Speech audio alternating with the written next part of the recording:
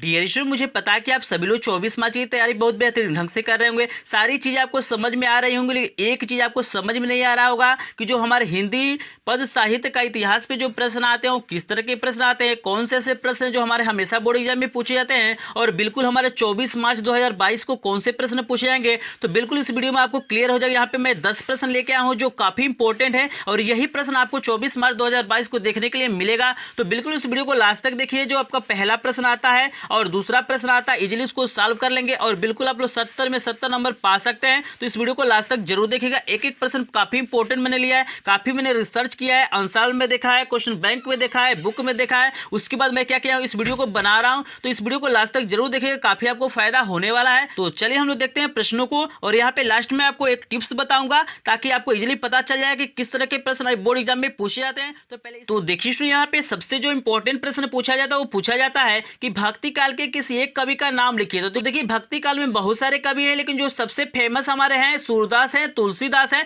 तो आप इनमें से किसी का लिख सकते हैं, और ऐसे ही प्रश्न आपको बोर्ड एग्जाम 2022 में देखने के लिए मिलेंगे। अगला प्रश्न देखिए, अगला प्रश्न दिया हुआ है, काफी इंपॉर्टेंट है। यहाँ पे पूछा जा रहा है कि रीति काल के सर्वाधिक ख्याति प्राप्त एक कवि का नाम तथा उनकी रचना का नाम लिखिए। काफी इंपॉर्टेंट है और मोस्ट इंपॉर्टेंट, इसको बोलिए प्रश्न आना ही आना है। इसका उत्तर देखिए, यहाँ पे उत्तर हो जाएगा बिहारी जी हैं, और इनका जो रचना हमारा है वो है बिहारी सतसई। तो आपको बिल्कुल याद रखना है, इसमें भी बहुत सारे आपके कवि हैं, लेकिन जो सबसे फेमस हमारे क्या है, बिहारी जी हैं, और इनकी रचना का नाम है बिहारी सतसई। अगला देखिए प्रश्न क्या दिया हुआ, अगला प्रश्न काफी इंपॉर्टेंट ये प्रश्न दे रहा है कि रीति मुक्त काव्य धारा के किसी एक कवि का नाम तथा रचना लिखिए। इसी तरह के प्रश्न आपको 24 मार्च 2022 को देखने के लिए स्टूडेंट मिलेंगे। तो वीडियो को लास्ट तक जरूर देखिएगा, क्योंकि इसमें जो 10 प्रश्न लिए गए काफी रिसर्च करने के बाद से इन प्रश्नों को लिया गया है। तो देखिए इसका आंसर क्या हो जाएगा, इसका आंसर होगा भूषण, और इन्होंने लिखा है शिवा बावनी।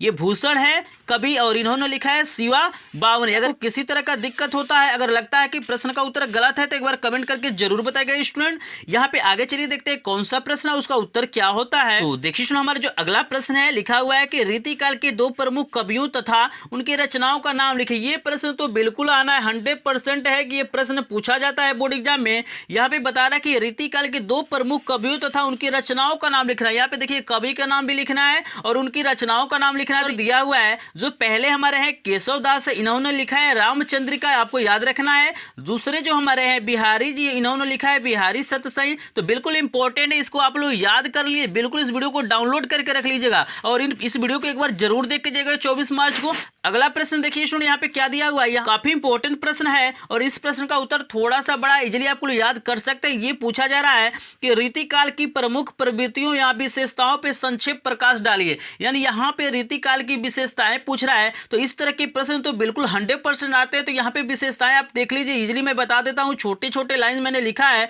यहाँ पे पहला विशेषता है कि लक्षण ग्रंथों की रचना इसी काल में किया गया। लक्षण ग्रंथों की रचना इसी काल में किया गया। दूसरा हमारा है श्रृंगार रस की प्रधानता इसी काल में दिया गया। तीसरा हमारा है दोहा सवैया कवित्व छंदों का प्रचुरता इसी में देखने के लिए मिलता है, यानी इसी काल में देखने के लिए मिलता है। अगला जो हमारा होगा काव्य में कला पक्ष की प्रधानता, यानी इस काल में काव्य में कला पक्ष की क्या दी गई, प्रधानता दी गई। तो आप इसका स्क्रीनशॉट ले लीजिए, क्योंकि ये प्रश्न 24 मार्च 2022 को आना ही आना है। तो एक बार इसका स्क्रीनशॉट ले लीजिए। तो ये प्रश्न नंबर 5 काफी इंपॉर्टेंट है, और ऐसे आपको देखने के लिए कहीं नहीं मिलेगा आंसर। तो चलिए देखते हैं आगे कौन सा प्रश्न और उसका उत्तर क्या होता है।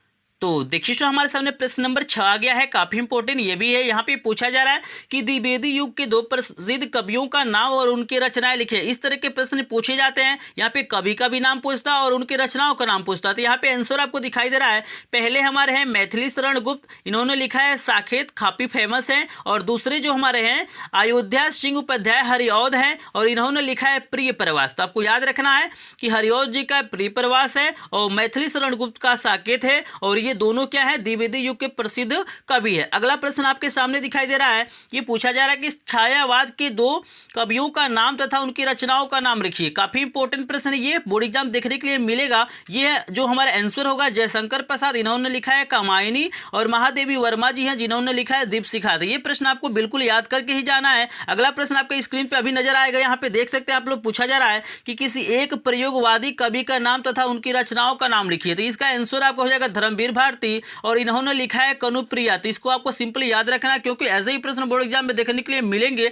अगला प्रश्न आप देख सकते हैं 9 नंबर का प्रश्न दिया हुआ है कि छायावाद की किन्हीं दो प्रवृत्तियों का नाम लिखिए। जैसे रीतिकाल का पूछा था उसी तरह से पूछ दिया है कि छायावाद की किन्हीं दो प्रवृत्तियों का नाम लिखिए, यानी विशेषताओं को बताना। तो यहाँ पे आपको आंसर दिखाई दे रहा है। पहला है प्रेम सौंदर्य का चित्रण इसमें किया गया इस काल में, और दूसरा जो हमारा है प्रकृति का मानवीकरण किया गया है यहाँ, यानी इस काल में प्रेम सौंदर्य का चित्रण देखने के लिए मिलता है और प्रकृति का मानवीकरण देखने के लिए मिलता है। तो काफी इंपॉर्टेंट प्रश्न है, तो इसका भी एक बार स्क्रीनशॉट ले लीजिए। अगला प्रश्न देखिए 10 नंबर, इस वीडियो का लास्ट प्रश्न है और इस टिप्स को मैं बताऊंगा कि कैसे आपको प्रश्नों को याद करना है।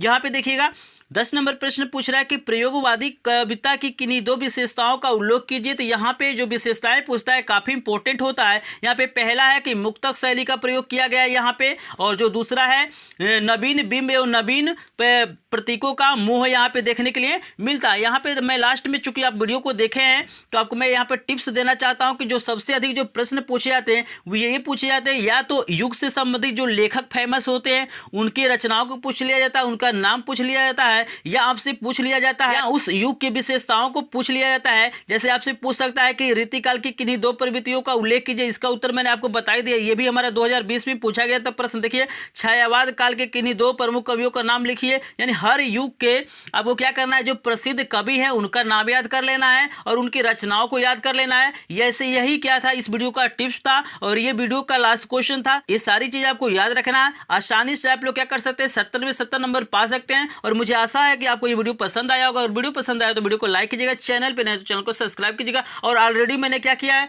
हिंदी गद्य के विकास पे आधारित क्या किया है, बहुत सारे प्रश्नों को इंपॉर्टेंट बताया। यहाँ पे 20 प्रश्न मैंने गद्य पे आधारित बताया, जिस तरह ये पद पे बताया हूँ उसी प्रकार मैंने क्या किया है, गद्य पे बताया है। और मैंने क्या किया है, जो हमारे सबसे फेमस यानी लेखक और उनकी रचनाएं उसको भी मैंने बताया। तो दोनों वीडियो का लिंक आपको इसके डिस्क्रिप्शन में मिलेगा, वहां से इजीली आप वीडियो को देखिए और काफी आपको लाभ होगा। तो मिलते हैं किसी और नए वीडियो में, तब तक के लिए आपका